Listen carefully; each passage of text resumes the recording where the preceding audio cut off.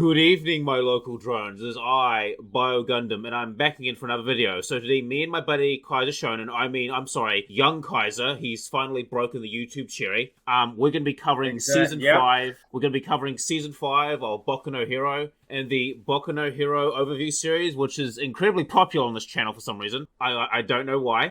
Is it? How many views are we getting on these? I think like 100 or so. Like it's not doing too bad. Oh, that's decent. Yeah, so today we're going to be covering season 5, and season 5 is a very interesting season, let's just say, of this show. Yeah, lots of they're like so weird because it has a lot to it's probably the season with probably some of the most to chew on despite barely anything really happening for most of it. And that is what we're gonna get into. Yeah, like the season's really weird. Like, you know, I don't think I've ever watched a season of Boku no Hero where I'm like sleeping through half of it, and then the second half I'm like I've got neuron brain activation going on. Like this season's weird as fuck. Yeah, most of the time they do this shit in like spikes, right? Like especially in seasons 3 through 4, where you just kind of like, well, granted, you can always argue that either the bigger arcs are longer or that there are more arcs in general to put in during the season, at least past season 1 anyways. Yeah. But this one, so ladies and gentlemen, I don't know if we talked about this before, but you know all the training sequences we've had throughout this whole thing. Yeah, so here's the dealio. Like Horikoshi thought we liked that shit so much that they're all like, you know what? Let's have the literally 13 episodes, practically half of the season dedicated to this shit. Dedicated to Class 1A having a training match against Class 1B, our favorite side characters, everybody. Skillfully subverts expectations. Look, it's a training arc. It's a motherfucking training arc. Oh, Jesus Christ. Yeah, and then this is an arc, okay? The 13 fucking episodes. Keep in mind, in like previous seasons, a lot of the training stuff, at the very least, constitutes like probably like at most probably 6 if we're being generous, because I don't remember how many episodes the license exam was. I think the license exam was, I think maybe 8 or 6. Between that? Yeah, so this is the longest sequence of the characters training that we've seen so far. And it's against keep in mind, okay, I don't know if this is like controversial or not. But the Class 1A, most Class 1A characters in the show are what we call Zebland, right? And the Class 1B have not been all that good or funny since the season they were introduced. Yeah, I actually kind of forgot. Yeah. I actually forgot half these people existed. So anyway, so just before we continue, just for the audience sakes, we're going to be bunching episodes 89 to 101 together because yes. Not that anything happens much, but it's basically this, like, we're kind of changing up these overviews, but also at the same time, there's only, like, core events we actually want to cover, and then further on into the season, there are individual episodes we're going to be paying more attention to, because a lot of interesting things happen. So, like, for the first, like, right. The thing about this show is, like, for the first, like, you know, it peaks and dips in my excitement or enjoyment. The first half of the season, I was like, shh, I was, like, snoring halfway through. Dude, so imagine reading this shit for the first time, right? Oh, because, like, I think I told you before that I had like gotten out of my way. I'm currently up to date with the manga, so I know everything's going on. But this, where the episodes that we're talking about were, I'm pretty sure that those were the chapters that I gotten into reading the manga just to see what happens next. Oh god. And like, here's the thing. I was at the tail end of this whole training shit, so I didn't suffer the worst of it. But can you imagine week to week reading this shit? Because like okay. I think we said this, or at least implied this shit in most of the other reviews past this one. I'm sorry, before this one. But the issue, so I think I said this before. The issue with these training sequences, this one in particular, because this is a 4v4 match against both of the classes each time. right? Yep. So we have basically 5 rounds of 4 or 5 people fighting each other. The thing is, though, is that there are very few of the character. I mean, Class 1B are almost never ever really plot relevant, right? No, they're not. But most of Class A are rarely ever plot relevant either. Now, I'm not saying that characters can only be good, when they're like directly contributing to the plot. They can be decent in other ways. The problem is that it's all about the presentation, right? Because the presentation for the show has arguably gotten a lot worse over the years, especially in terms and everything not pertaining to the Sakuga, but also just like the characterization and gags with the side characters, which is pretty much everybody who isn't like Deku, Bakugo, Ida, Todoroki. Here's the thing. I don't mind them show we're covering those episodes we just mentioned before. Like, here's the thing. Going back to the characters themselves, I do not mind them showing off the characters and shit like that. But here's the thing. Sure, they should have done this earlier before. Like, we don't have the prior investment. Yeah, we don't. And like the problem is that they dragged out many of their chances to not only showcase their abilities, but again have them be relevant in the main story, and also just like give them interesting things to do. Because by the time we get here, it's season fucking 5, and we have like, and it's even worse when some of the characters, they keep showing their flashbacks over and over again of shit that we already understand about their characters, which I feel it just shows a lack of faith in the audience, honestly. Yeah, honestly, I feel like these, like, the weird thing about Boku no Hero, and this especially with the seasons, I don't know if this is in the manga, but they keep on reminding you what the character's powers are. I'm like, yes, I fucking know. I know what his powers are. Stop repeating the same shit. I mean, they do that in the manga too. But like, here's the thing. Like, imagine you're reading One Piece, and the start of the new arc, they have to remind you what everyone's powers are, or abilities are, or backstories are. Like, we know. No, yeah, I think though what Horikoshi does with that, I believe because like, it's basically confirmed that he's a Westaboo. So the whole thing is that he's by doing that, he's basically evoking the sort of feel that you get when you're like reading a Western superhero comic, and there, especially in like event comics where a bunch of characters are involved, or like a whole team, right? And you open the issue, and you're reintroduced to the characters, and that they have like these short bio things. They got their name and their superhero name and their power, whatever. So I think that's what they were trying to do. He could just use that for. He can just make those extra pages. I mean, Ashita did that for Tokyo Ghoul. Like, at the back of the book, there's like a bio page where it's like blood type, height, hobbies, and shit like that. It doesn't actually have to like implement it in the fucking narrative. When you see the manga panel, it says like Deku, Quirk name, all for one, all that shit. Yeah, well, granted, I'm pretty sure he does that too, but I could be misremembering. But we can check later. But like, they're not to say that this is entirely bad. It's just very, very bland most of the time. Yeah. I will say. So just covering this training arc episodes. Aside from the two major things we're going to talk about. I would say I did find the fights a little interesting as well. There was actually a bit of strategy and teamwork involved. I actually did like it. Mm-hmm. I kind of liked it how like the students are try and one up each other, using powers and shit like that. An interesting thing actually came up when the class, like, interesting thing that kind of came up as part of the strategy is that all of them knew what their powers were, which made it very interesting when they were countering each other. Right, yeah, and like, for the most part, as far as I can remember, most of the strategies are pretty freaking sound on both ends, so I don't really have much of an issue with that. Honestly, if this had happened, like, I don't know, back in at least season 3 or something, I would be totally down for it. That would make sense. Yeah. Actually. And like, it'd be a good, and again, if they had integrated at least some of these characters into the main story when the villains get involved, then I would be all for having these guys showing off their abilities and everything.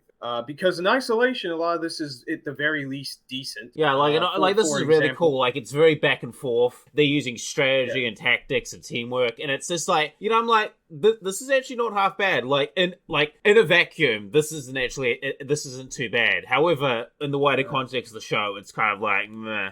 Now, however, there's a couple of important things that happens in this arc that, which is one of the reasons why we're bunching all these episodes together, not only to save time, but we want to talk about the more important shit. So, our boy Shinso comes back. Our boy returns. Yep, and so we find out that Aizawa has been kind of training Shinso up in the background ever since season 2, apparently. And we haven't had a hint of this until season 4. I have no idea, but whatever.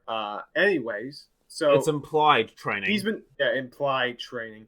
So he's been basically training Shinso up in preparation, basically for this exact event where, during this whole thing, Shinso is being put into 2 rounds of this whole training thing. So he gets to be in 2 teams basically, and he gets to show off the results of his training by fighting against some of the characters in class B and A, and after that, if he does well, then he can get into class 1A the next year. He'll be in the hero course next year, and you know what, that's great. Shinso deserves it. We have some investment there. That's cool. It's interesting, and seeing how he actually plans out and cooperates with the others in his team, and some of his interactions are legitimately interesting. Yeah, and I actually like that he's becoming less of a one-trick pony, because I actually like that. I actually like that. It's interesting that he's actually finding interesting ways to use his power or use his training from Mizawa. Now. So here's the thing. If you people know anything about Shinso, is that there's a certain green-haired caveat that kind of always shows up in regards to it. And oh boy, this is gonna be the big thing. So spicy. Do you want to break it to him, or should I? Because this is the closing of the Shinso saga. This is what all that shit. You're better with your words, so you can break it in. I want to talk more about the other shit. Oh, all right. Well, do you want to talk about that stuff first before this, or no? We'll do that after this, but we want to close up the Shinso arc right now, and then we'll go on to the next topic. Okay. The first fight that Shinso participates in is much less important. Technically speaking. It's more to showcase what he's learned, and I actually quite like it. I like it for that. Showcases what he's learned. He's no longer a one-trick pony. He uses tactics and strategy to try and, outsmart his opponents. He uses deception and trickery. It's great. This is good shit. And hell, he even won that one. So that's cool. But the last round that he participates in, his team, he's in a team with him, the copycat douchebag from season 2, and he's in a couple other people who I don't care about. We'll have the talk. There's an important thing about copycat douchebag. We'll have to mention at some point with the other thing, but continue. Right, and he's basically fighting against Deku's team. So they're setting up that whole rivalry, which is whatever. But here's the thing that happens during the fight, or at least that is somewhat set up afterwards, right? So the encounter happens, and Deku gets put. What was it? I believe he was he? Actually, no, he wasn't put under it. Deku was fighting Shinso until suddenly, Deku awakens a second quirk. Gee, Deku, why I've only one quirk and you've got 2? Plus Ultra. Deal with it. I'm like, when I saw that episode, I'm like, oh wait. My God. Wait, he has 2? What the fuck? Yeah, okay. And keep in mind, this was a moment when it came out in the manga. Everybody was losing their fucking minds, dude. Holy shit. I'm looking because I know there are quirks that have as far as Boku no Hero are concerned, I know there are quirks that have multi-use. Like, they can have, like, multiple, like, sort of sub-abilities, or, like, but they're connected to the, but, they, you know, they're still the core concept, right? This is, like, what does this have to do with super strength and going beyond? Like he shoots out these black whips. I'm like, what the fuck is this? So, what they explain this as is that basically, since One for All is basically, like, the offshoot power of All for One, over the years, it has been passed down. It's collecting the powers and memories and genetic material from the previous users, and it's only until now that it's able to that the other quirks from the other users are popping up coincidentally, you know, very because, convenient. Deku's about to fight Shinso, and then fate decides, you know what, Shinso, you're not going to be a hero, plus Ultra, fuck you. Yeah, yo, like, I'll get to that shit in a fucking second. But basically, like, the One for All kind of senses that the time is nigh to fight All for One, so other quirks of most of the other users, sans like the very first one in All Might, are going to stop showing up. So Deku is going to basically get 7 quirks. Gee, Deku, why do you have 7 quirks and I only get 1? Plus Ultra, deal with it.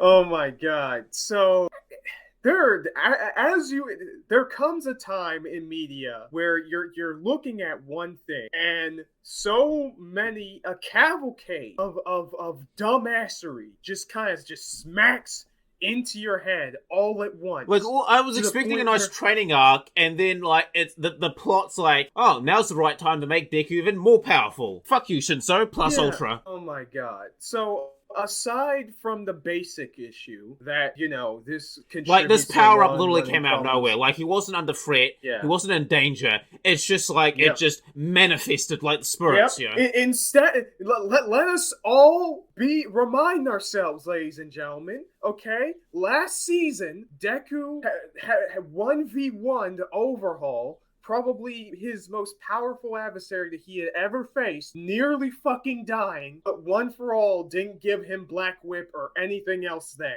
But a fight in which no one really gets hurt, there is no risk of death or anything like that, okay? Under those circumstances, the power just shows up just to fuck with Shinso, I guess. Like here's the thing. Like, you know, if Overhaul, I could justify, like, Black Whip or one of these other fucking powers he has manifesting, you know, because it's like, oh my god, it's not enough. It's not enough. He needs more power. He needs more power. More power. Yeah. You know, and Black Whip manifests it. But no, instead it's like, Shinso's gonna be a hero, and Deku's like, no, we have to destroy his chances. Black Whip, manifest, crush him, destroy him. Yeah. I can be the best hero. Fuck you, plus Ultra. Listen, Shinso, you're not gonna be a hero, Shinso. Okay, you can't do it. All right, I'm the main character, Shinso. I got 7 quirks. You don't Rick, get fucked. Get fucked. Rick, why are you calling me Shinso? My name's Morty. Shut up, Morty. Okay, you're Shinso now. You've only got 1 quirk. I got 7, bitch. Morty. Dub. Oh my god. Oh Jesus. So aside from those issues, and like the one, and like the obvious one that's just making Deku more OP, which is going to make structuring future fights even harder. Well, how are you gonna make an intimidating villain when you got a guy with 7 powers? And here's the thing, like, if I remember correctly, because I think they talk about when we get into things, like, they talk about how the dude who originally had Black Whip, like, Black Whip wasn't that strong, and it turns out that Deku's quirk, and every quirk that gets added into the pot becomes stronger. It gets supercharged, basically. Yeah, so basically, not only does he have, like, 7 of these, like, fucking abilities, these abilities are also, like, fucking steroid jacked. Like, from their previous wielders. I'm like, what the fuck? Yeah, it's so dumb, too. Because, like, okay, so on top of the shitting all over Shinso for no reason, okay? For absolutely zero goddamn reason, even though he deserves at least a somewhat fair fight. I mean, granted, they try to mitigate this by having it to where that after Deku's quirk gets out of control and they manage to calm him down, that he isn't really able to use it all that much for the rest of the match. And he's able to, like, beat Shinso without it, basically. But the fact that they presented this in there is still a huge fucking problem. I mean, like, literally halfway through the fight, he starts sprouting these, like, shadow tentacles, and it's going all over the goddamn place. Like, he's like, sweeping through swaths of this training area. It's like, what the fuck? Yeah, it's so unnecessary, because the conflict that we already have was enough. Yeah. And now, like, everyone's like, wait, he's got to sit, and, like, even the fucking characters are like, wait, what the fuck is this? Like, they just see all this mass destruction, these black tendrils going from him, and they're like, what the fuck? It just does not make any... Like, okay, if you want to do this whole thing... Well, actually, no. This actually presents a different issue. Because the whole fucking point, alright, of what happened back at, in the middle of season 3, right, with the All for One versus All Might fight, and All Might retiring, is to hammer in the point that, hey, in order for things to work out in the future, without All Might, we need every hero working together. All right. Now, so giving the main character a shit ton of powers like this is just obfuscating from that point way too fucking much. Well, it makes it way too convoluted. Well, here's the thing now. Like, he's basically the equivalent of, like, 7 heroes in one. He's got 7 abilities that he can just, like, we don't know, like, I don't know what these powers are. I'm going to assert, like, I know Black Whip, and I think, I know that he has, like, the All Might's successors, All Might's previous teacher, you know, the floating power. Yeah, I know he has that. Yeah, he doesn't, well, okay, currently in the anime, he doesn't have anyone either just from the base One for All and Black Whip, right? Yeah. But the other ones, so, well, those appear, or at least we know what they are in the manga. I can talk more about those, but that'd just be heavy fucking spoilers. Yeah, well, we'll save that for season 6, because I peeked a little ahead. I peeked a little ahead, and season 6 looks like it's going to be a banger. It's going to be interesting. But, like, the big issue... Now, you could say... Now, somebody out there in the ether of the internet, this hellhole we call the internet, will probably say, oh, well, the previous spirits of One for All are contributing to the power that giving their powers, sharing their hopes and dreams to Deku. So it kind of, shares the point of teamwork. And of course, the stuff that happens there in the manga contributes to that. And yes, you are absolutely correct on that. But seeing as how, like, many of the previous fights, especially the fights against major villains, have been so fucking by the numbers and lacking almost any attention to the structure of how these characters win. I've actually got a good example. Even with what I know from what later happens in the manga, if I am a guy who's just watching the anime as it stands right now, I should not trust Horikoshi to do right by this. Yeah, I mean, talking about how, like, the characters win, I mean, have you ever seen Yu Yu Hakusho? I have a long time ago. Yeah, we actually might do an episode, we might do an overview on Yu Yu Hakusho at some point, because Yu Yu Hakusho is a very interesting show, but the thing I want to bring up that you brought up is, like, how the characters are winning and shit. Like, the interesting thing about Yu Yu Hakusho is that in the fights themselves, when the main characters win, it's not always they're just doing it because of raw power. Like, for example, fucking Kurama. Like, for example, Kurama. Like, he usually wins using tactics and strategy. He doesn't win with, like, he doesn't fight the same way as, say, like, Hiei or Yusuke does. Like, he's not gonna fucking overpower you. He's going to basically tactically fuck with you and put you at a disadvantage and then go in for the kill. Like, here's the thing, because the last thing I'm going to ask Horikoshi to do is go, like, full fucking Togashi. Like, that's impossible. I'm not asking for that. Yeah, but here, so if he wants the fights to be overpowered punch matches with some of the characters, fine. But at least have the other characters contribute to these sorts of fights, because that's what Black Clover does, and Black Clover isn't even that much better than my hero. Yu Yu Hakusho does a similar thing. Like, if you watch the Dark Tournament arc, that's literally what they're doing. They're like, Hiei's like, oh, I can't fight this guy. Kurama, you're an antagon. Have fun. Yeah, not even like that. It's more so like have more than one character fight the bad guy. And you might say, oh, well, the previous seasons did do that. No. They're like, most of the time they're tag-ins, and even then, certain moments within those fights don't make any fucking sense. I mean, Deku literally one-shotted All Might. I mean, yes, Eri was helping him, but basically she was just giving him powering up, so go 100% fuck up overhaul.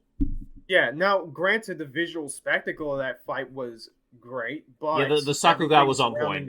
But everything surrounding that was pretty stupid. And like, again, most of the characters barely contributed to the fighting there. And it doesn't make it any sense. Yeah, they're more like watching the spectacle and enjoying the Sakuga. You know, they're standing for the audience. Yeah, basic. So now we had, and as I said before, the series had already had an issue with managing and micromanaging the extent of Deku's ability. Yeah, right? like honestly, the show has a lot of issues with like the power level. Yeah, because how powerful is actually Deku now? Like, is it like? Because so far it feels like he's like Superman, like he's as powerful as he needs to be. So again, I'm not gonna necessarily spoil anything in the manga, but like let's just say like even past what season 6 is gonna be, because season 6, without spoiling anything, is going to be a fucking war arc, right? Oh, my favorite. Yeah, and what's gonna happen after that is that like Deku is going to be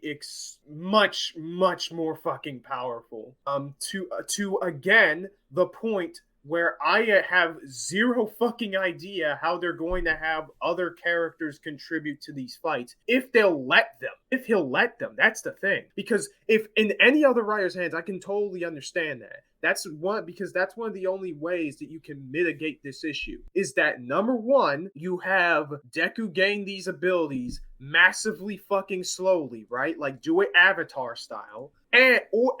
Or you have multiple other characters contribute to the same fight. Like I mean, I've got another example from like Yu Yu Hakusho, like when Yusuke, you know, when the spoiler thing happens, he becomes a half demon and he gets like even more powerful than he was before.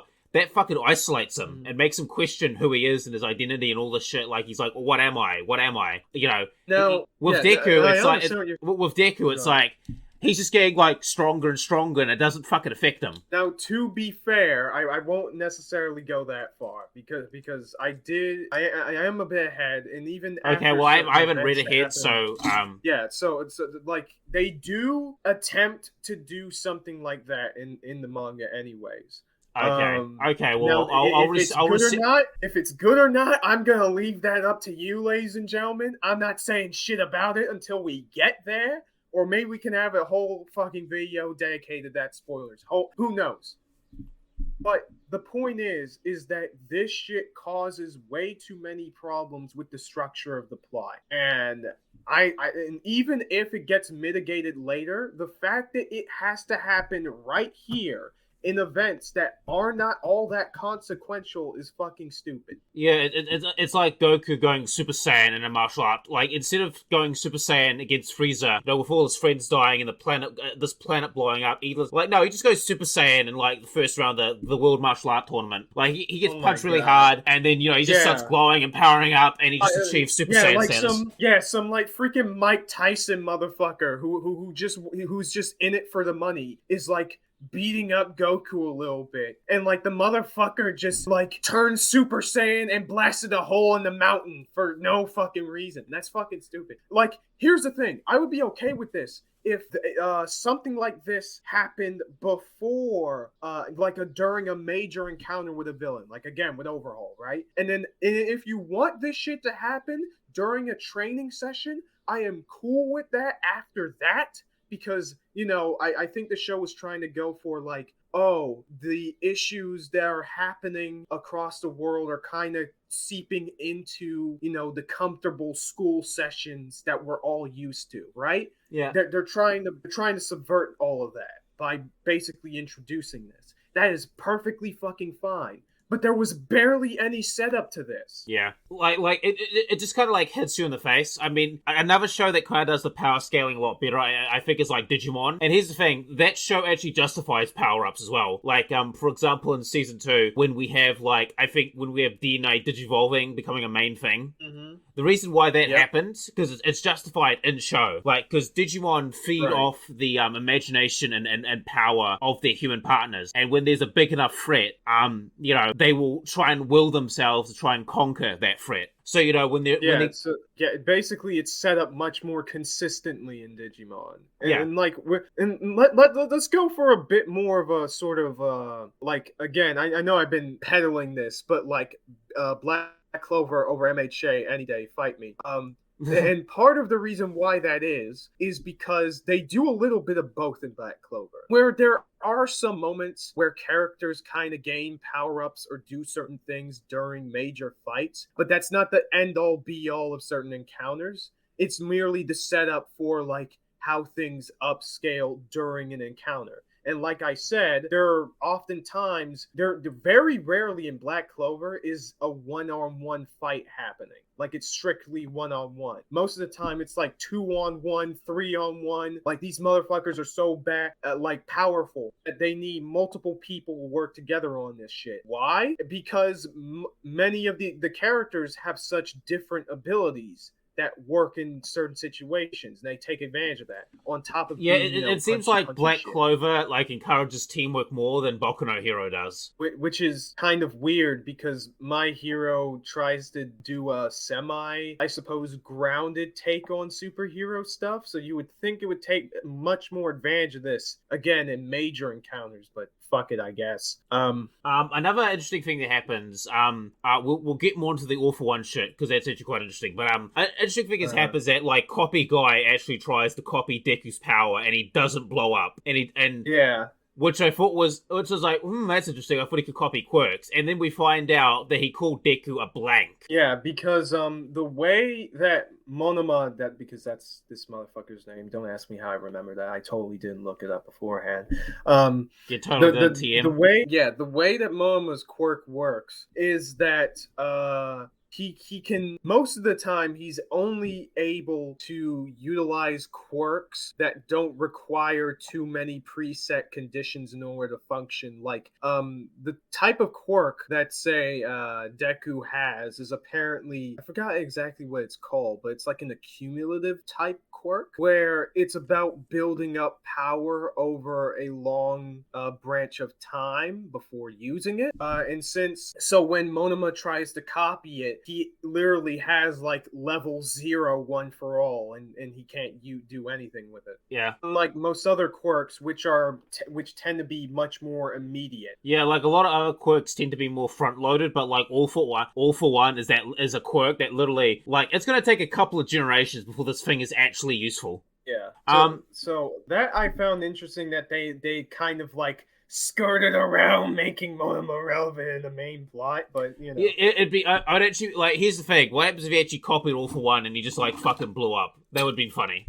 He's oh my god, so much power! What the fuck, Deku? What the fuck? Oh shit! Yeah, he copies it, tries to punch Deku with it, and his arm gets all roided out, and he just freaking explodes before he can do anything. And all you just see is a puff of gore from straight out of freaking Fist of the North Star.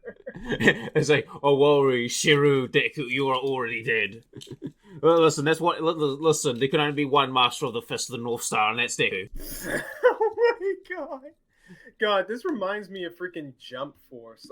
I never played it, so I don't know. But I'm just imagining, Deku going up to this monolith of a man, freaking Kenshiro, and, just not even being able to touch him. I actually think Kenshiro would actually probably kick his ass pretty quickly, because he's, the pressure point shit. He just has to touch him, he's you are dead, boom. Yeah, not only that, but, I'm pretty sure the scaling is in his favor as well. Even as Deku currently is in the manga, he just would not be able to beat Kenshiro at all. He's not even faster than the dude. Oh yeah, Kenshiro, for a dude of his size, that fucker is fast. Oh yeah, the man's he's known for his fist, but the man's never skipped leg day. But yeah, the Fist of the North Star. Another interesting thing that comes up during these episodes, and when we continue forward, we're going to be probably going by some of the more individual episodes because of the interesting thing that happens. But interesting thing comes up is we see more of the origin of All for One. One for All, yes. Yeah, One for All. I actually thought it was quite interesting where, you know, basically the world's in chaos and there's quirks and shit, and you have this evil villain gathering powers, and he just wants his brother to become part of his evil schemes. Yeah, we gotten a good amount of this in the previous season. I believe they add some amount of detail with that as well, and kind of transferring on into, you know, introducing the Black Whip guy character that had this power before Deku did. Yeah. And just setting up the fact that, like, yo, Deku, you in order to utilize this power, you need to, like, focus your emotion, you know, pour your emotions basically into it, so that you would be able to utilize it better. And not only that, but you have to, like, which also kind of sets up what Deku needs to do in order to master the other quirks, which is basically being able to, like, basically partition his, like, thoughts and focus in order to do two of those things at once, two or more. Yeah. Which kind of leads into the next major arc of the season. Okay, so this is going to be episode, I think, 102. A lot of interesting things happen. I think we forgot to mention this for the previous, because I think they did a little bit of this in the previous episode, but this is where it's mainly focused. So during this particular arc that we're coming up, we're going to go by individual episode by episode because there's individual scenes. They focus on Endeavor, Hawks, and some of the training, the you know, on the thing training. What do you want to talk about first? Yes. I want to talk about Hawks, but I think we should talk about that last because that ties into the other big thing we're going to probably be talking about later on. Right. So I think we should start the episode off talking about, like, Endeavor. Right, because the whole thing is focusing on basically Todoroki, Bakugo, and Deku doing a sort of basically working for Endeavor's hero agency. Yes. And learning from him in order to much more, like, quickly and decisively utilize their abilities. And by the way, this is when, like, the second opening for the season comes up, which, by the way, this is literally the worst opening to any man on a mission, or is it man with a mission? Yeah.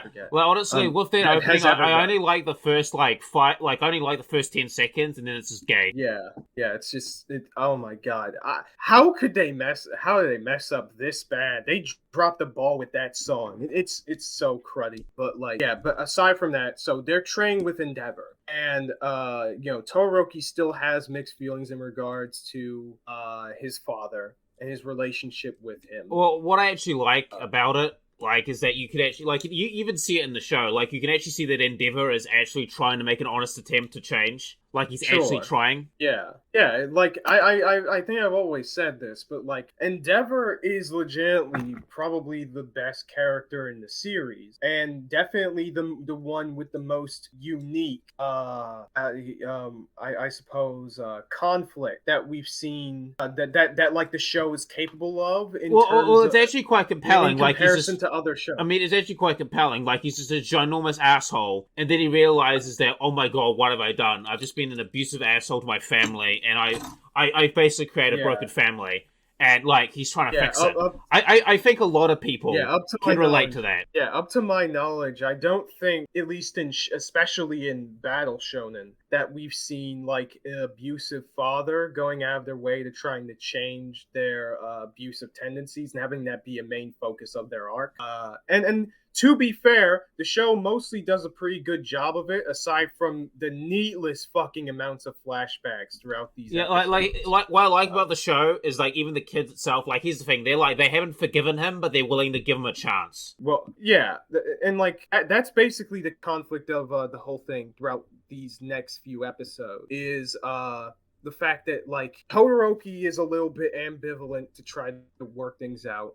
Endeavor's daughter, Fuyumi, is trying to, you know, is a lot more kind of a go-getter for trying to just, like, get the family back together and fix things, at least albeit slowly. And Todoroki's older brother, Natsu, is like, fuck that shit, dude. This is fucking bullshit. I can't stand that shit. You know, you barely even acknowledged our existence before, and you hurt our mom, like she's in the hospital. So like, I don't know, man. I ain't fucking with this. And what I really like about this is that it's Natsu's concerns isn't immediately treated as like villainous or unnecessary. They actually seem pretty reasonable, actually. Yeah, like this is how you should do this shit. You're supposed to show. Yeah, like he's like, you've been an abusive asshole for most of my fucking adult life, and now suddenly you decide not to be an asshole. What the fuck? Yeah, and like for example, I believe this happened in episode 15 or 16 or something like that. Oh my god, there's another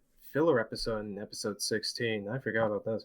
But like in episode 15, there actually, you know what? It's probably in 17. There was this scene where Deku and the others are in Todoroki's house. They're seeing. Oh yes, that. See, I actually like that. Good episode. Yeah.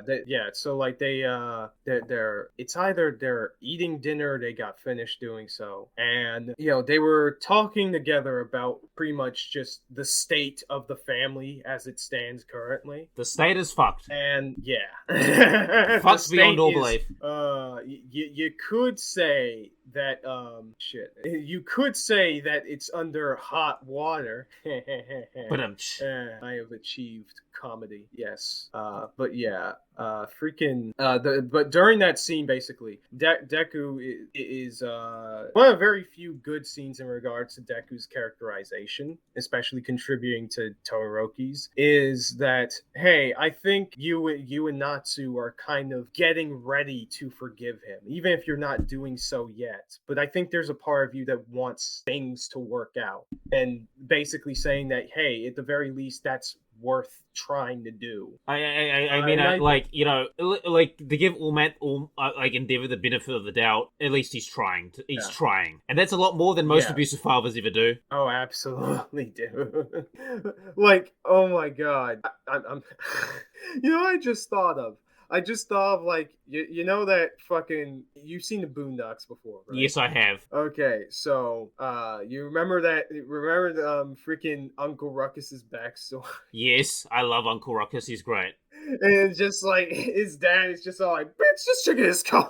Well, I'm just imagining that with Endeavor doing that, and his wife just like holding some I don't know, like chicken breast that is like frozen because of her powers, and he's just like fire fisting her face off, and I'm just like, oh my god. I you know, we should at some point cover the Boondocks. It's freaking funny. Oh, honestly, it doesn't really need covering. It's fucking hilarious. It's great. I like it. I like, one of my favorites is the Boondocks, where he's talking about like at a court case. He's like, guilty. This nigger is guilty. I'll hang him. Let me get the rope.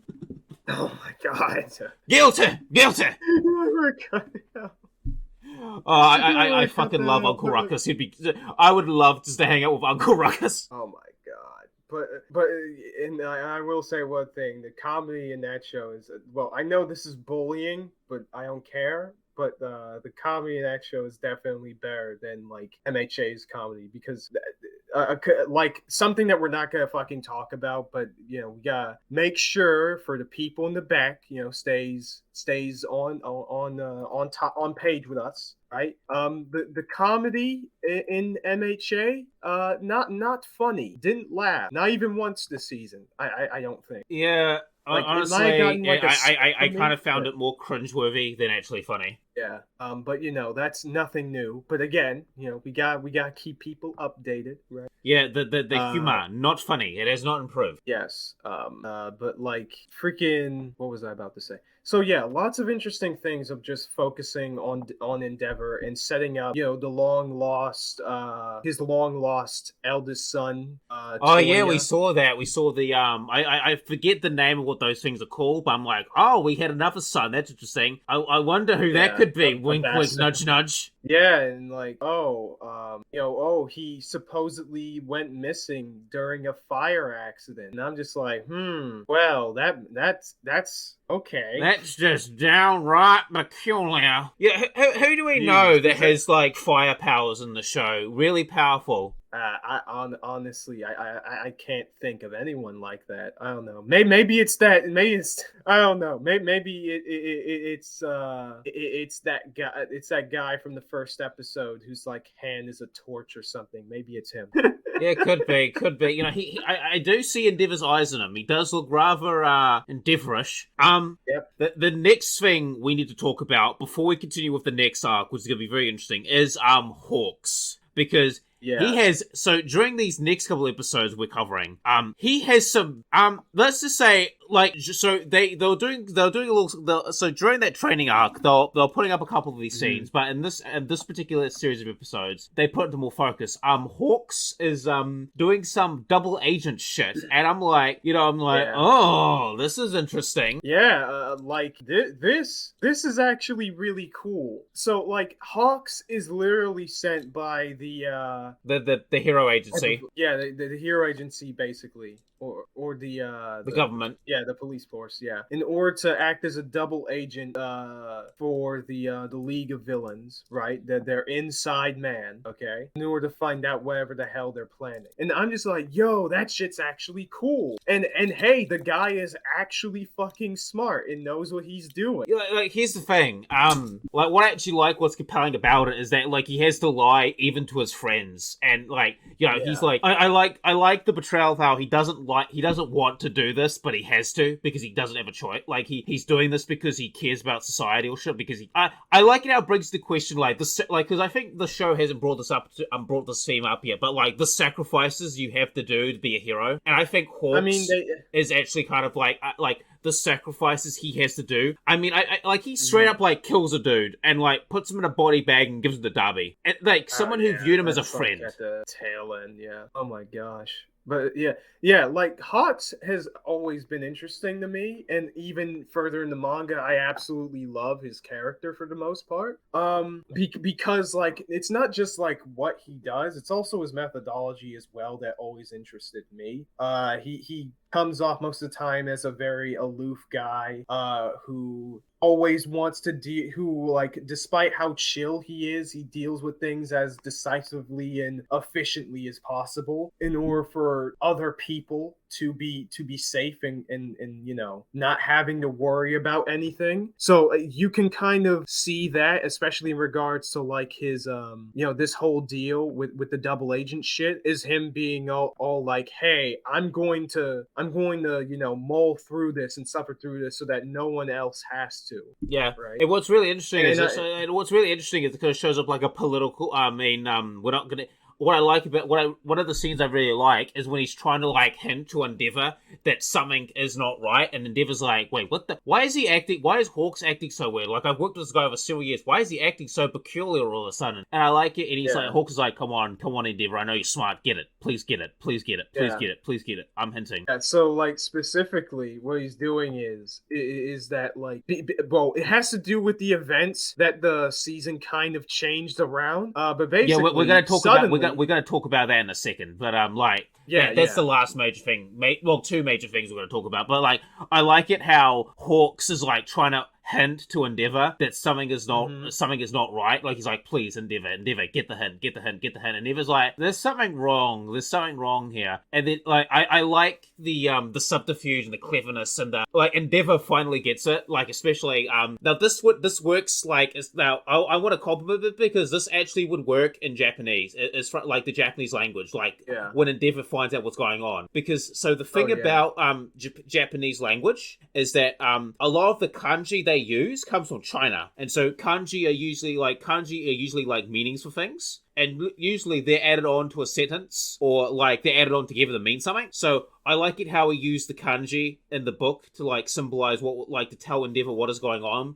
Because, like, if you put the kanji together, it's like, oh, okay. Which, see, and, like, he also does so by, like, hiding behind giving like, a similar object where the message is kept to the other characters to keep up the subterfuge of it. Yeah. I mean, it was laid on a little bit too thick, but that could just be, like, the delivery of the line more than anything. But other than that, yeah, that was really cool. Yeah, because what I like about it is that it showcased that Hawks Max is like incredibly talented. Like he's thinking 5 steps ahead. Like he's trying to outsmart Darby. He's trying to outsmart. He has to lie to his friends and shit. Like he's playing like the guy's playing fucking like schemes within schemes within schemes, and he's still chess. Yeah, he's playing 4D fucking chess. The shit, and I like it how like he's even using his powers to even like counter spy on people as well. It's fucking wild. And it's actually pretty tense too at sometimes. Like you're like when I was watching that segment, I was like, are they going to catch on? Are they going to catch on? Are they going to catch on? Like, is this a trap? Is this bait? Like, are they giving this information so they can like bait him? Like they're using him as like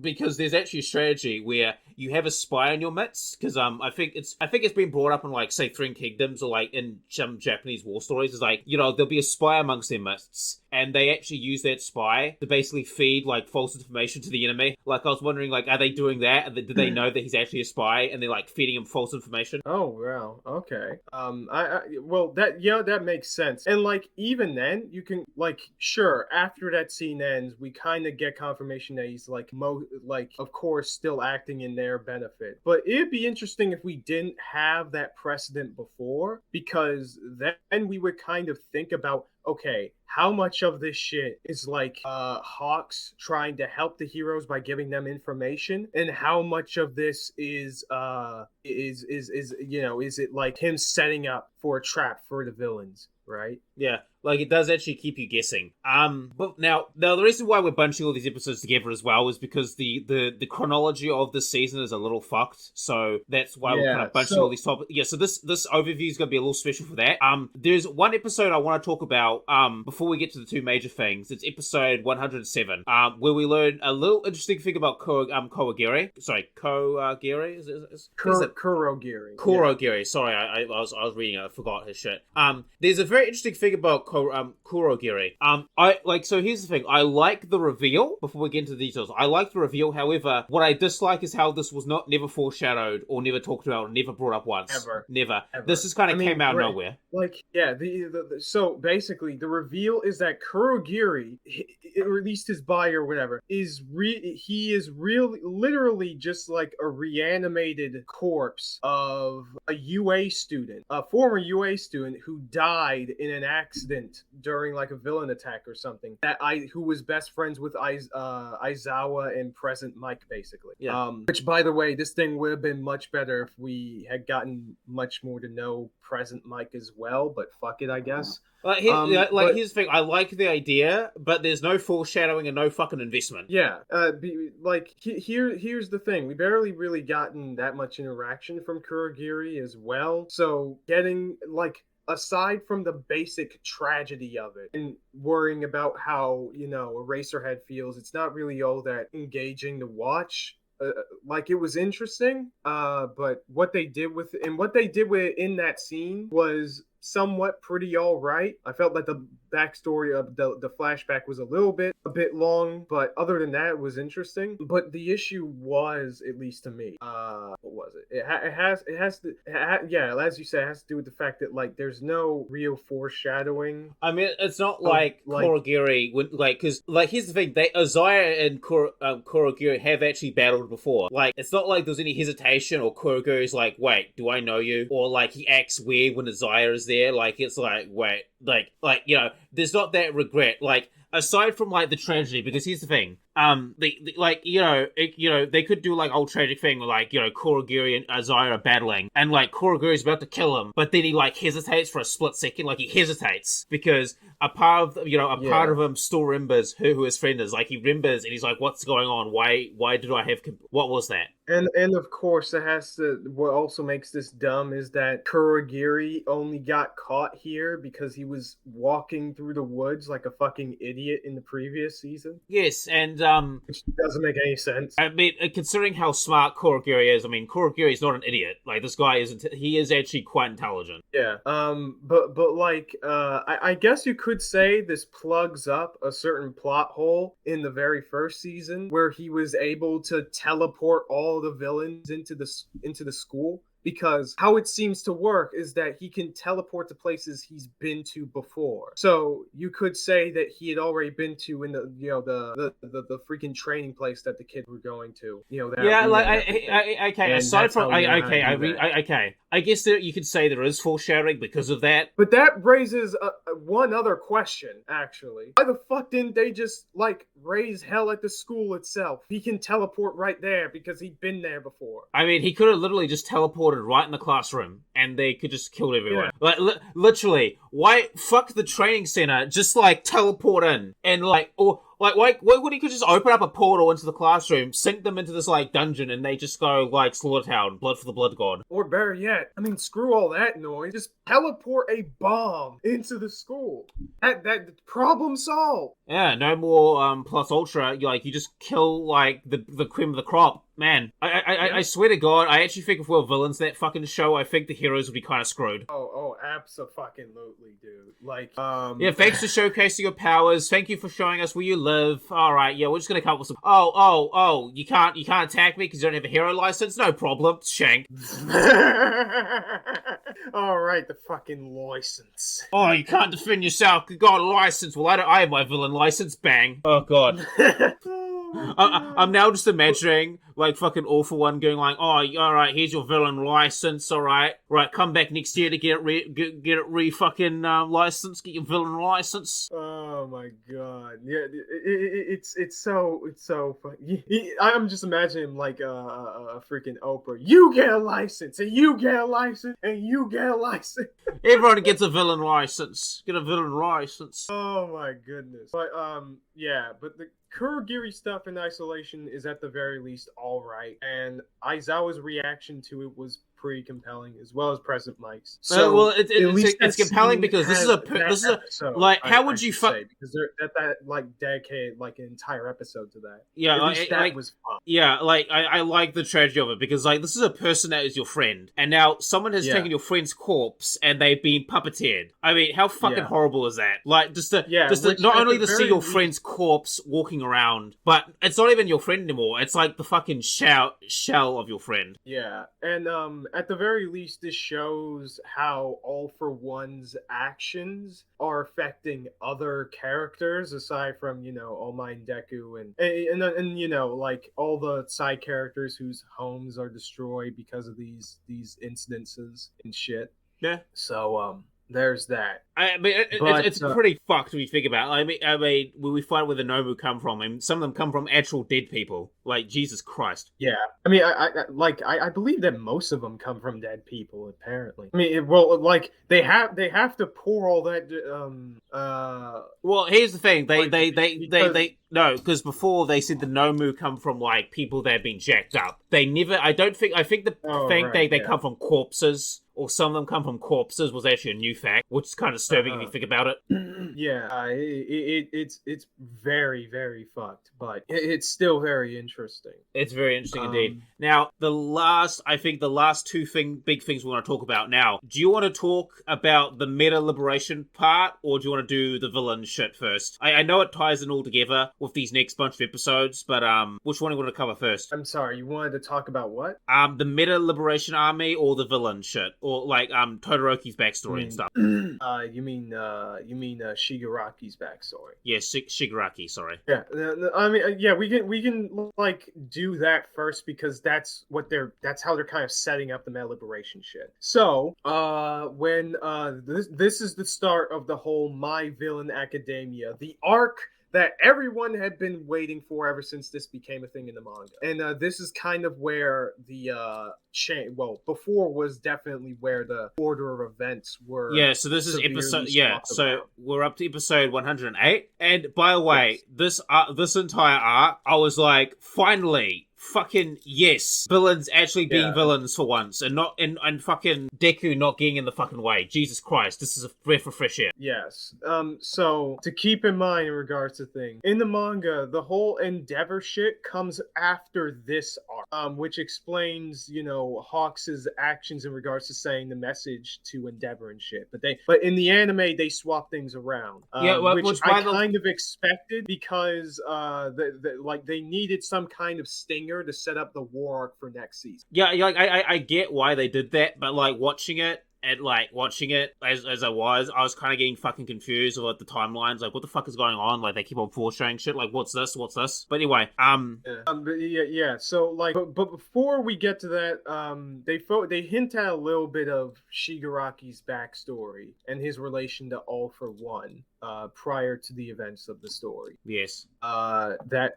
Basically they're just kind of further cementing the things that we kind of already knew, that All for One gave him the hands of his family, that Shigaraki, but what they introduced here, however, is that Shigaraki doesn't, his memories of the past and the result of his trauma was what are kind of missing from him. Yeah, he doesn't remember. He doesn't remember. Yeah, he doesn't remember his past and what happened to his family. He knows that he had killed them, and ever since then, we from his testimony anyway, ever since then he had this sort of resulting irritation, emblematic of him, just scratching himself in his neck and shit. Yeah. That kind of either gets focused or calmed down at the very least when his family's hands are on him, which is and apparently after whatever happened to Shigaraki happened, which we'll get to later. Yeah, we'll get to. He was just he was just walking around scared kid, not knowing what's going on, and nobody was helping him because they thought, hey, maybe a hero will take care of this, which they never did. The hero never came. Yeah, I'm not even sure if this is a Japan thing. I'm not even sure how realistic this is. Okay, in Japan, someone would have probably called the cops and say, hey, there's a kid here. Yeah, okay, because from what I know about Japanese culture and society, there is a massive, trust system there. So for example, if there's a lost, starving kid walking around, probably 9 times out of 10, someone is going to call the cops. It's hey, there's this young shonen, he's wandering around, he looks wounded, can you please help him? I mean, it's the same thing for foreigners.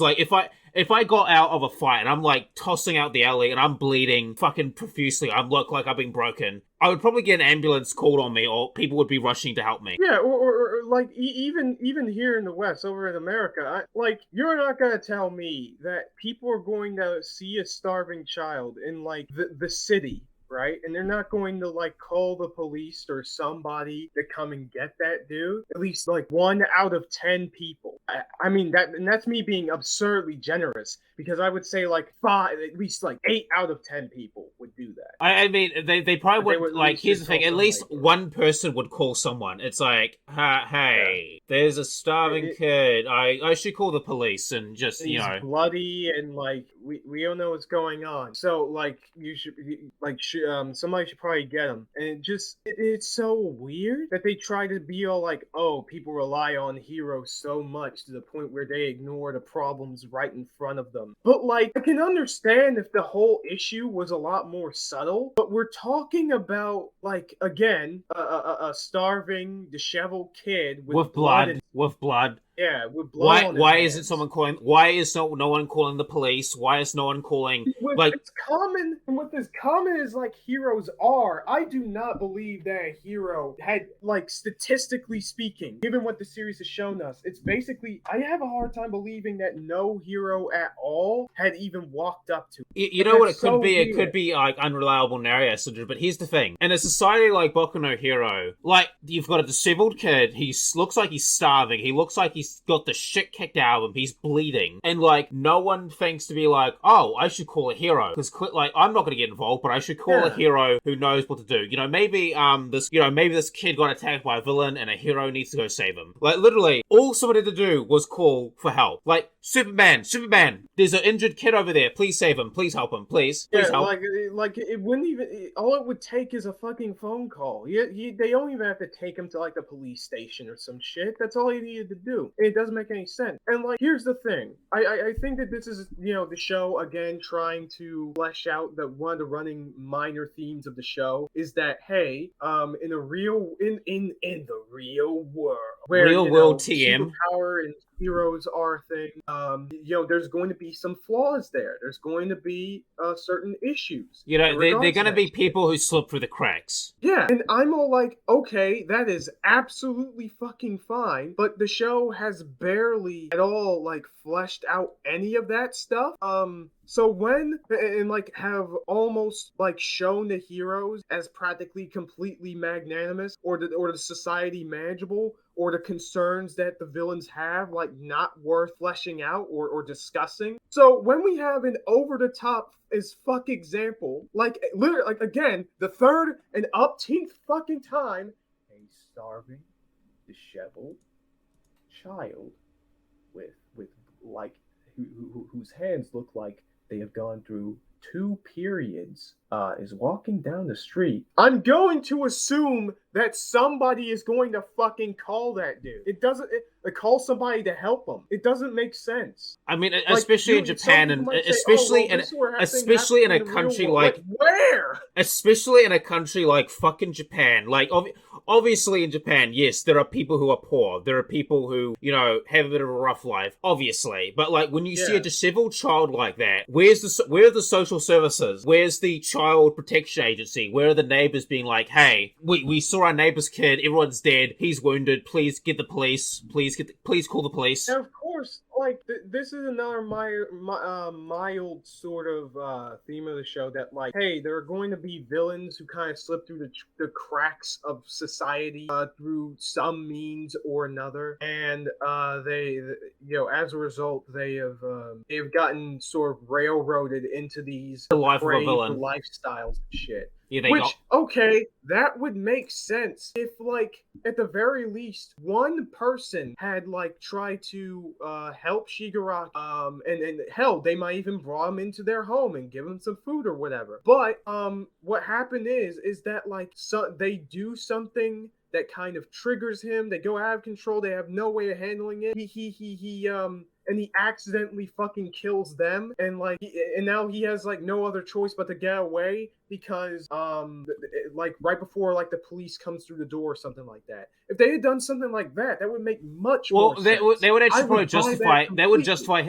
I think they'd actually justify being a villain, because it's like, as a child, all he does is hurt people, and he becomes detached from society because and that's where All for One comes in, because like he becomes detached from society because all he can do is destroy, and then All for One's like, this guy's got a really powerful quirk, I can mentor him and push that in a villainous direction. Because here's the thing, like, if Shigaraki got picked up by a hero, like, say he got picked up by All Might instead, or someone that could have teach him how to control his power, he may have not turned out like this. Yeah. Because here's the thing, like, he got picked up in his formative years, because all the stuff is formative. So, he basically has all this tragic shit. We'll go into what happens to his family later. But he goes through all the shit, and then he gets railroaded into the villain lifestyle by a fucking mastermind criminal. It's no reason.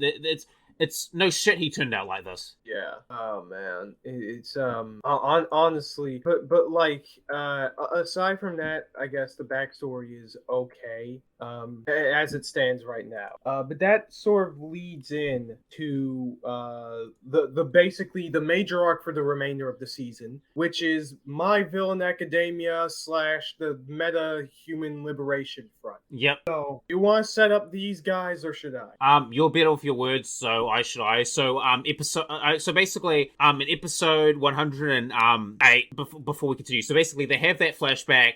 They're fighting Joro Makia because Shigaraki wants to prove that that he's the new master, and the master's going to put him down. However, they find out that one of the agents has been kidnapped by these people known as the Meta Liberation Human Army Front, and they've decided to challenge Shigaraki to a duel, and the loser goes to the Shadow Realm. Yeah, which is a little bit on the weird side in regards to that. Episode 109. Yeah, that's when that stuff happens. Yeah, when that shit happens. Yes. So basically, apparently, there's been like a company in the background of the show that we never heard of until this very point. No foreshadowing, no explanation. It just happens.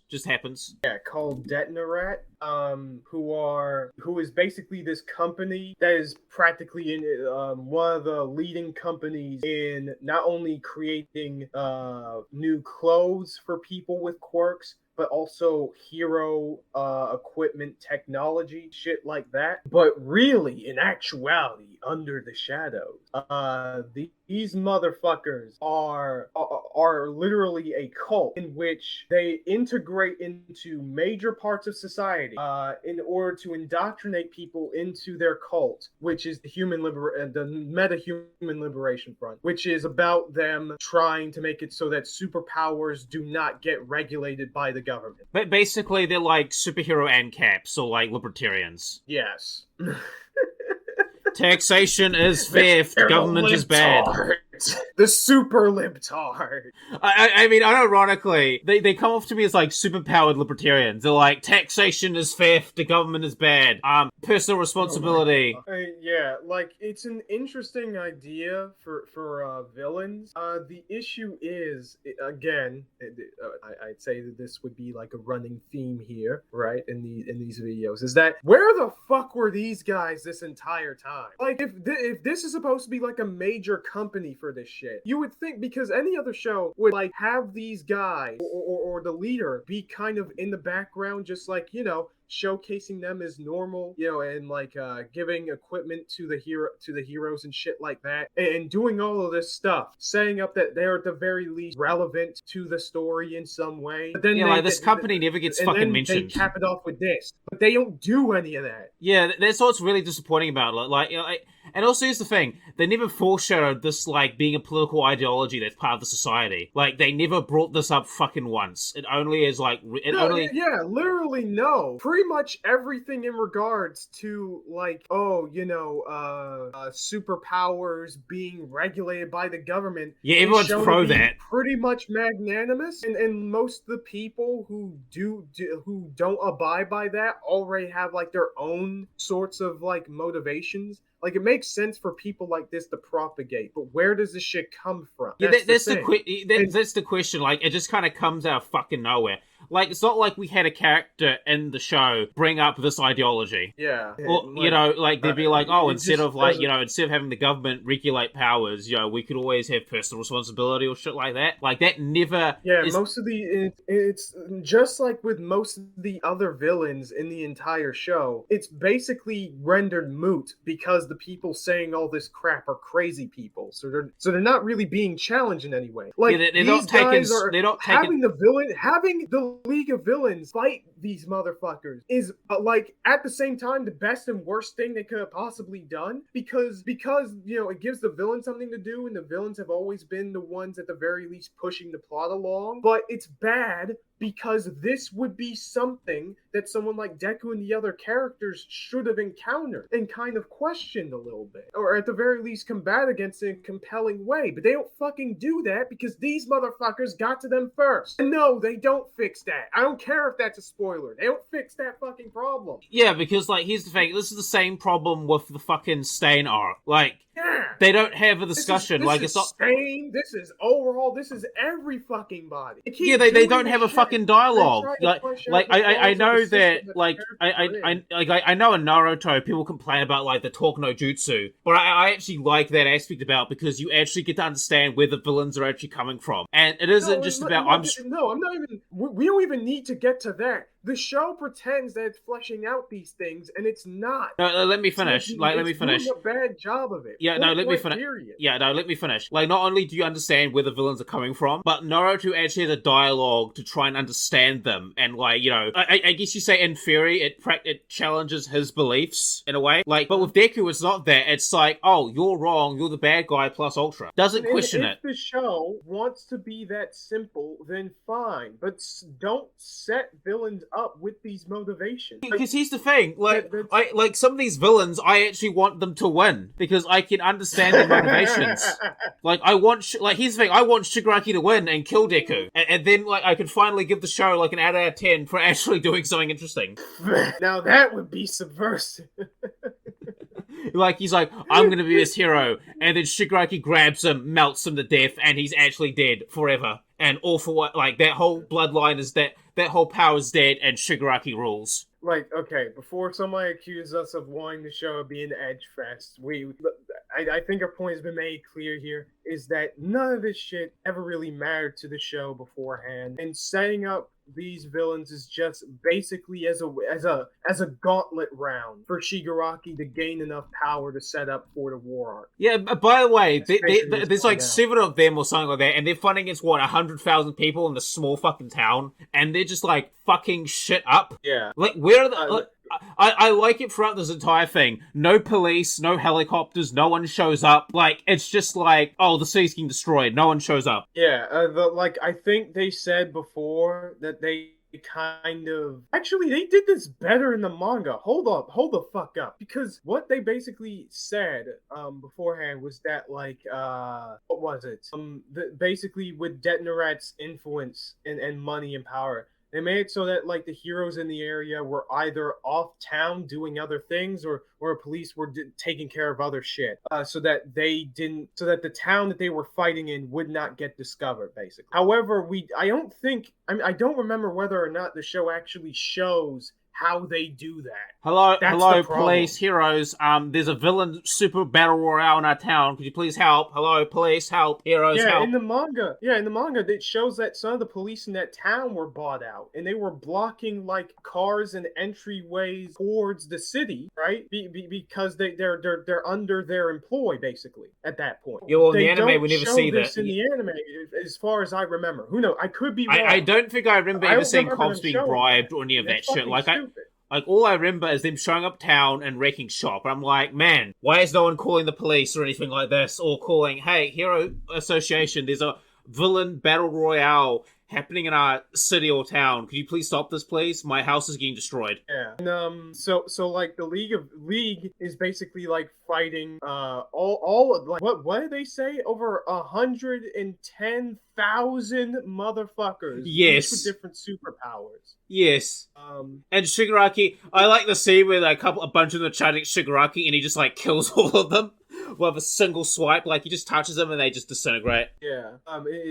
Like, I kind of like how bombastic the battle is, but honestly, I guess it kind of has to do with what was it? My sort of like tiredness towards the series is that it just doesn't really impress me all that much. Like, the set pieces are cool, but I think it has something to do with the art style, at least in the anime, not being very good going in. Yeah. Anyway, there are a couple of like small character things that happen. For example, we learn more about Toga's backstory.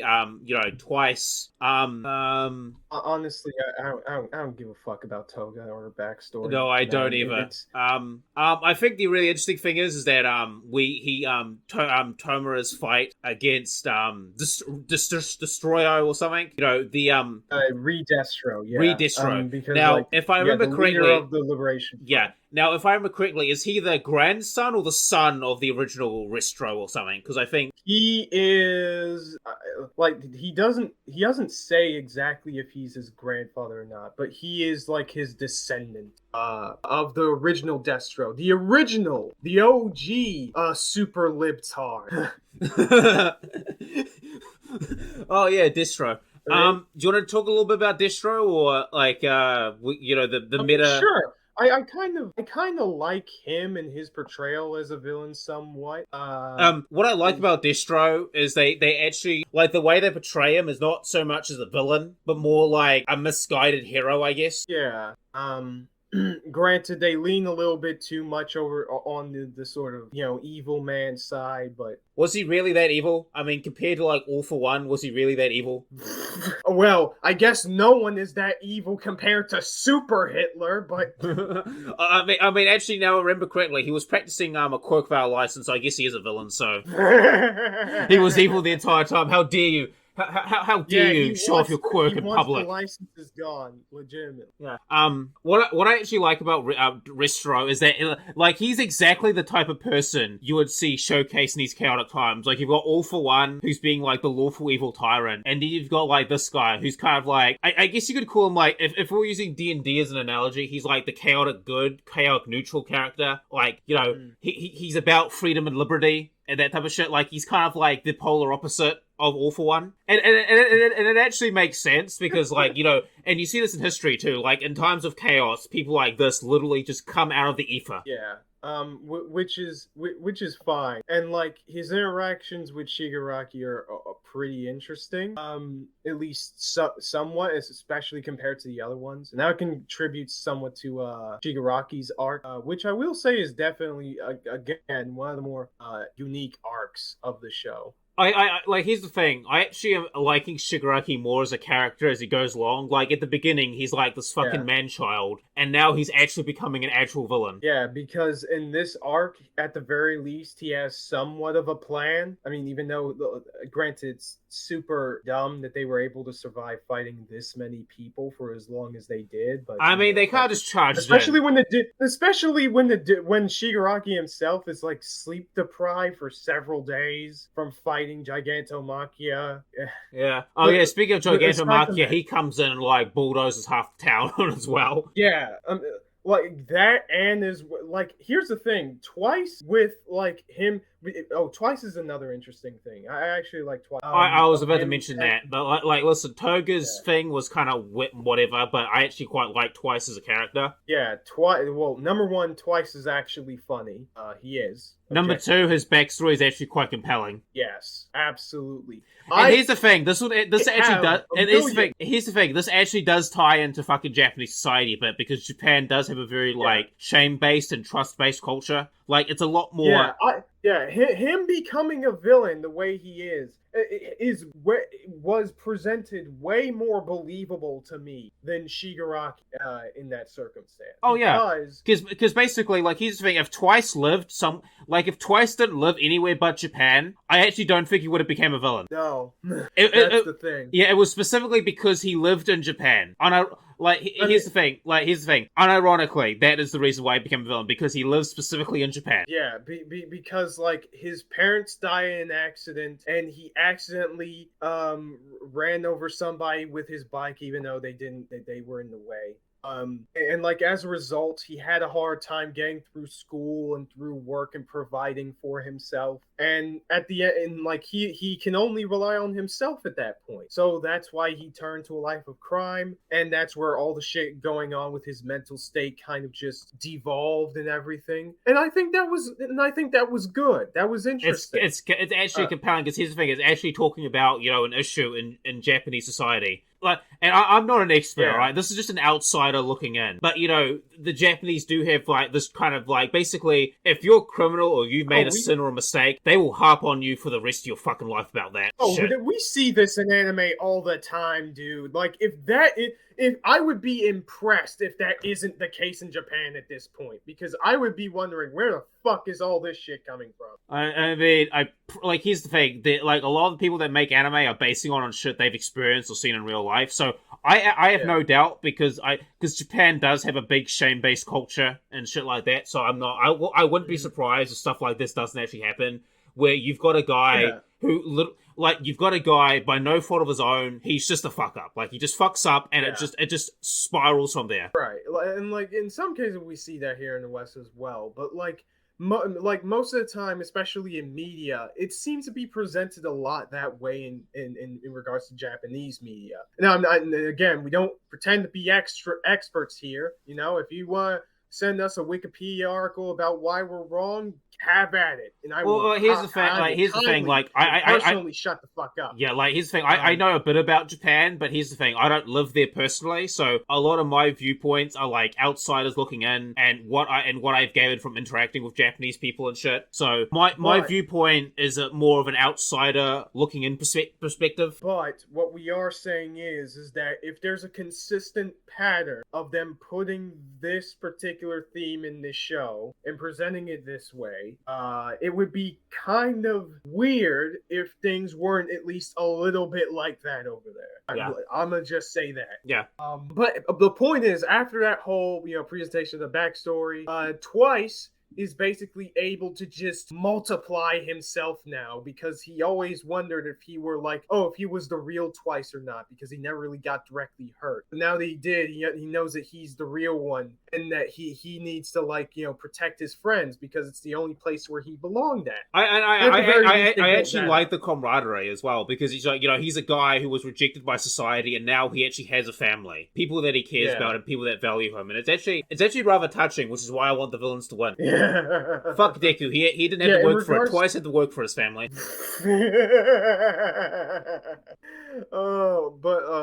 But yeah, Twice is just going ham with a bunch of his clones just doing shit while Gigantomachia storms in. And then, it seems like almost everybody's just getting their quirks fucking beefed up lately. Because then we have Shigaraki versus the main dude from Redestro, who looks like Doofenshmirtz from Phineas and Ferb. Doofenshmirtz Evil Incorporated. Dude, I love those memes so fucking much. It's funny, if I ever make an evil company, I'm just gonna make that my ringtone. Evil Incorporated. Yeah, honestly, I did not. I wish I had thought that those memes will evolve from this character a lot fucking sooner. Because I saw what was it? I was originally reading this shit in the manga. And, I saw how he looked, but we didn't get his color scheme until relatively recent. So I had no way of knowing that it would evolve into anime Doofenshmirtz. Here's the thing, considering the mangaka is a bit of a Westerbo, I wouldn't actually be surprised if he didn't watch Phineas and Ferb. Oh yeah. The timelines match up. He should at least have good taste in Western cartoons, I hope. But we should actually talk about Doofenshmirtz at some point, because I fucking love him as a villain. Oh yeah, he's great. Doofenshmirtz over every single villain in My Hero, fight me. Anyway. He would be a very compelling villain. He just shows up and he's like, I'm going to conquer the tri-state area of Midoriya City or whatever. Yeah. Oh yeah, but actually, I'm looking through his Wikipedia now in the main My Hero website, and apparently Redestro's design is based off of a combination of Professor X from the X-Men and the Chief from DC Comics Doom Patrol. Interesting. So there's that, I guess. I'm still thinking that works and shit is kind of reminiscent of Professor X's whole deal. Yeah, it is true. But I swear to God, this guy must watch a couple episodes of fucking Phineas and Ferb, because that guy literally looks like Japanese Doofenshmirtz. Yeah. Oh man, I absolutely love it. But the fight between him and Shigaraki was alright. I wish there was a lot more choreography and strategy involved, but it was fine. Because actually we should talk about Redestro's quirk. So apparently he just buffs up the more stressed he gets. Yes. Which is actually perfect for the type of job he has. Yeah. Which kind of showcases his personality, because it's emblematic of him. Oh, he's carrying the weight of his ancestor Destro, and all of the stress from building up this army from literally the ground up, and trying to change society, the fate of the world and society and all that shit. It actually showcases how competent he actually is. He's been doing this for fucking years. Yeah, and freaking Shigaraki overpowers him. In the span of all this comes crumbling down in a matter of a day. This all a couple of hours. Oh my god, can we talk about that? Not only did these guys survive fighting this many people for so long, for as long as they did, it also has to do with freaking how much time this whole thing freaking took. Holy shit, man. Yeah, within a couple of hours, they annihilated an enemy. They outnumbered them almost 100,000 to 1. something ridiculous. It's like fucking Dynasty Warriors, dude. Like, they're just getting, like triple combos and shit. Hey, yo, you're right. Oh my god, this fucking Dicey freaking Hyrule Warriors type shit. It's like, Dice is in trouble, Shigaraki, help the general, and you're like going over to capture like the zones, and like, you know, you're getting like fucking Nomu being deployed when they capture a zone to fight off the fodder, and like Shigaraki's going like, slash, uppercut, power up, do special move. Although it's kind of dumb how everybody and their mother's just running at these guys with their powers, instead of just, I don't know, using the plethora of abilities that you have to take down a single person. Like, why? Or ambushing them. Yeah, that does, like, none of this makes any fucking sense. Anyways, we finally get to Shigaraki's fight with Redestro, and this is where we get the full back. Okay, so I just want to talk about the backstory. I love it and how deliciously fucked and tragic it is, and in isolation and without the "we live in a society" bullshit that comes up later on. I could see why Shigaraki turned out the way he turned out. Yes. Oh, absolutely. I completely believe that. This justifies a lot of shit. Like, like, here's the thing. I feel like that we live in a society, like, my theory is that, like, that's a bit of, like, unreliable narrator syndrome, I think. Oh, really? Yeah, that's my theory. Like, we live in a society shit, I actually think that is unreliable narrative shit, because, like, you can't tell me that All For One doesn't have some abilities to fuck with people's minds. Like, I think that's gonna be a reveal. I mean, I can believe that there hasn't been a hint of that yet, but who knows? They basically pulled a lot of shit out of their asses. I bet you $5 that's gonna be, like, the next reveal. That, like, you know, that, like, but anyway, you know, that whole, like, no one came to save him was just a giant, like, mind fuck, essentially. But anyway, so getting on to the story. So we know that Shigaraki is the grandson of All Might's predecessor. Yes. And here's the thing: we get to find out about how the son turned out, how her son turned out to be. Apparently, her son hated heroes because, you know, she abandoned because he feels like that she abandoned him and went off and died. Yeah. Similar to what was his name, Koda from season 3. Yeah, but, like, I mean, it's interesting and a bit more believable, but then again, like, oh my god, I don't know, man. It like, I was a bit vibing with it when I originally read the manga, but but on retrospect, I feel that it's way too fucking over the top, because, like, you can't tell me that this man is, like, this anal towards heroes as a grown-ass man, when he should know that these are people that have to, like, go through a lot in order to keep others safe. You know what I mean? Like, I understand that, like, he might have some animosity and doesn't want his kids, like, you can still have him be abusive and have this mindset, but I feel like they presented it a bit too, like, ham-fisted. Super ham-fisted, man. Which I guess is kind of like the show's MO with pretty much everything. So anyway, what I like about it is the setup of, like, you know, he's abusive and shit, but, you know, family life is still okay, relatively speaking. But, you know, Shigaraki has his allergies. Oh, his quirk hasn't manifested yet. Oh, maybe he's quirkless. Until his quirk actually manifests and everyone dies. Yeah, and just, like, all of these pent-up frustrations that he's had over the years and being in the home and everything, it all just kind of spiraled into insanity. It just, like, destroyed his entire home. And then that's where the trauma comes in. Yeah, like, just one mistake, and his, like, he didn't only just kill it. One bad day. One bad day, and then he became We Live in a Society.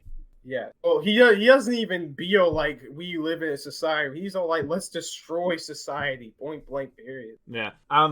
What I like about it is just, like, the follow-up of how, like, he melts the dog, and then, like, his sister or, like, childhood friend comes out to see him, like, gets melted. Sister, yes. Yeah, sister. And as she's running away, he tries to grab her, like, wait, don't run, touches her, and then just everything fucking just Chernobyl happens. Like, it's just... Yeah. And why the fuck didn't the hero come? Because that was quite...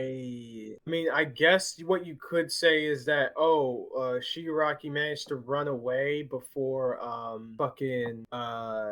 what was it?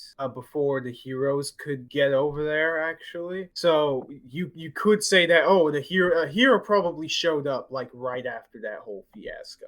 Yeah. They couldn't find him immediately. Yeah, but I'd kind of think that they'd probably do some investigation because it's like, well, we've got a missing kid. Where the fuck is he? Because we didn't find. It shouldn't be. Can't imagine it'd be that hard. Again, since Shigaraki was just walking out in the open, presumably in a nearby section of the town. Yeah, so it's again really that's weird. why I think that my theory is that All for One did some memory fucking shenanigans with him because it just doesn't make any fucking sense. Yeah.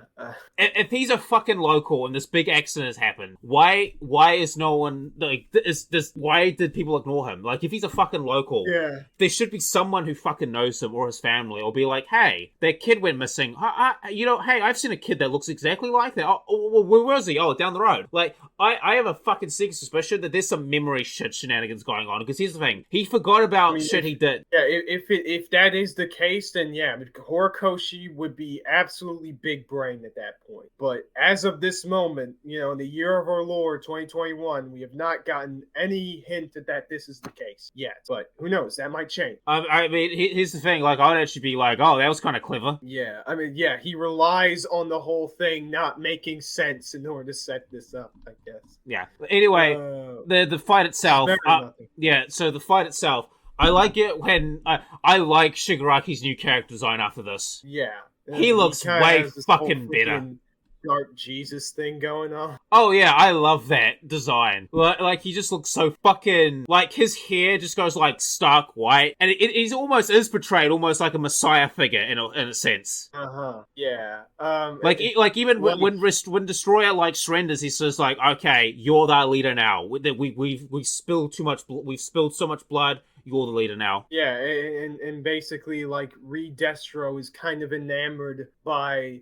Because with this comes a sort of, like, a bit of a small, albeit admittedly somewhat so, characterization change in regards to Shigaraki. That with him fully kind of understanding what happened in his past, he's sort of fully embracing kind of the weight of what he wants to do, which is basically destroy the world. And, It's actually him being a leader now. Like, this is him finally transitioning to be a leader. Yeah, and Redestro kind of sees this, emblematic of like Shigaraki's overwhelming power, and he's all like, "Yeah, you got us. You're a leader now." And now the League of Villains not only have the scientist guy who works for All for One, who has like a bunch of supernomu underground. Not only do they have Gigantomachia, not only do they have freaking twice as bullshit and Hawks, who is acting as a double agent, but now they have like at least thousands of people working for them now. Yeah, and all this money and resources. Man, it's like Shigaraki is the fucking king of this all. Like literally, the fortunes have flipped. It seems. Yeah. Which basically explains that what's freaking Hawks the message that he was trying to give to Endeavor earlier on in the season, which is that hey, these motherfuckers are planning a whole ass attack. Here's the location of their hideout. Endeavor, please. They've got a fucking army. They've got an army. They've got lieutenants. With your freaking meat brain head of yours, but you really need to get this. Right? They've got armies. They've got resources. They've got double agents. They've got all the shit. Please, you motherfucker, please get this, please, because they're gonna kill us all. Yeah. Oh my god. After I saw that shit, I'm like, okay, I'm interested to see where this fucking goes. Like, what? You've got this massive fuck off army with superpowers. Where is this gonna go? I won't say anything, but some interesting things kind of happened. But overall, that arc was okay. I never really had as much of a high opinion on that arc as other people do. Mostly because aside from Shigaraki and Twice, most of the villains are just kind of meh. And like them gaining this much power and influence like this, as awesome as it is, there's some fuckery behind it that I'm just not vibing with. Yeah. So there's that. Okay. Do you want to cover the last episode? Do you want to cover like the last episode, or should we just go to ending thoughts? I mean, I don't think that a whole lot happens in the last episode. It's just kind of it's just like more set up for like the new army, the Paranormal Liberation Front. Yes, yeah, that's the new name that the villains are under now. Yeah, so that's the season. So because Bio is the host here, I'm going to save his whole shtick for after my thoughts because I just really need to get this shit out of the fucking way. This season overall, and the events that encompass it, aside from Endeavor shit, is probably some of my least favorite of the entire story. I feel that the setup that they were doing, like the structure of the first 13 episodes, not even half the whole show of these of the main characters, most of which, you know, aren't all that well written, are doing shit that is just largely unimportant to the main story and barely adds anything. Aside from introducing certain stuff that in of itself causes even more problems with the plot in the future. And although My Villain Academia is a unique arc for the story and it has a lot of its merits, it does not really measure up to being all that good. Because there's just so much stupid shit going on. As usual, the freaking comedy isn't good. The dialogue is hit or miss. And just general stuff. And like the animation, aside from Sakuga moments, just has not gotten that much better. So with that, you know, I don't even know what I would score this season, man. I think I gave it like a 3 or a 4 on any list. Yeah, I gave this a 5. I gave this a 5. I was tempted to give it a 4. This season is... It's a fucking slog, dude. Yeah, this is probably like one of the... I'm not going to say this is the worst season, but like the first half of this... Like, aside from a few scenes and a few things going on, like the first half of this show, this first half of the season, I am bored out of my fucking skull. Like some of these, like I was like, you know, I'm chilling in my room, you know, I've got the TV on, I'm lying down my bed, and I shit you not, halfway through the couple episodes, I actually fell asleep and woke up like 20 episodes further into the show. I literally fell asleep for an hour or two. And like this makes even less sense because, like, okay, you could have done a bit of a train thing, but if you were already setting up the kids going out with their, you know, with their job, with part-time being jobs that like doing jobs with working with other heroes, why couldn't the first half of the season be about each of the kids just finding the actual villains on the field and see how they work together in those scenarios where potentially these circumstances can be dire, and give the characters interesting things to do while also setting up the things that happen later on. Yeah, and here's the thing. You could have just did that. Yeah, here's the problem with this. This is a fucking battle shonen series. I mean, if we look at its elements, it's supposed to be a battle shonen. I shouldn't be this fucking bored in a battle shonen. Like Yu Yu Hakusho, even in the cooldown episodes, I'm actually interested. Dragon Ball Z, same shit. In the cooldown episodes, I'm kind of interested in what happens. Naruto, for some of the cooldown filler episodes, I'm actually kind of interested to see what happens. Boku no Hero, I fall asleep. No. For halfway. That's just not happening. Yeah, I have to drink Coke and junk food to keep myself awake. All right. Okay, so we have that slog to get through. The second season, I like the setup. The second arc, yeah, the second arc is great. Setup is great. I like all these interlinking all this cool political espionage, army building, character development shit that's going on. However, because these things are actually happening. Like, however, the problem is, it feels like one giant fucking cock tease for the oh my god, hype next season. Yeah, and like honestly, the villain arc should have been longer. It should have been longer. Or no, wait. Maybe not longer, but it should have had more interesting things going on, because most of the villains that the League of Villains were fighting were fucking jobbers at best, and we barely know these people. Oh, that's my so another point is that like even the like I like how like the show, like some of the shit they're pulling out, there's no foreshadowing. It just comes out of fucking nowhere, and it just doesn't feel impactful. This should be a big this meta human shit should be a big deal, but it fucking isn't because they never foreshadowed it. Yeah, it wouldn't. Like, it would make a shit ton more sense if these guys were foreshadowed to exist beforehand, right? Let's do that. You know, just have it, like, again, like I suggested, have the company that these guys are under the rate to keep a low profile, have those motherfuckers be present. Have some advertisement in the background of the dude trying to sell hero equipment or some shit. How about this? They're actually the company that helps supply, but the academy with some of their equipment suppliers, and say they already do that. Apparently, they already do that. They could have set this up with that, but they don't. You know what they could have done is during the tournament arc, they could have had Redestro show up for the thing for the tournament. He shows up to congratulate people and say I hope you got have some items for us to share. Play test. You guys need anything? They could have actually had him show up and shit. Help him show up, or his employees.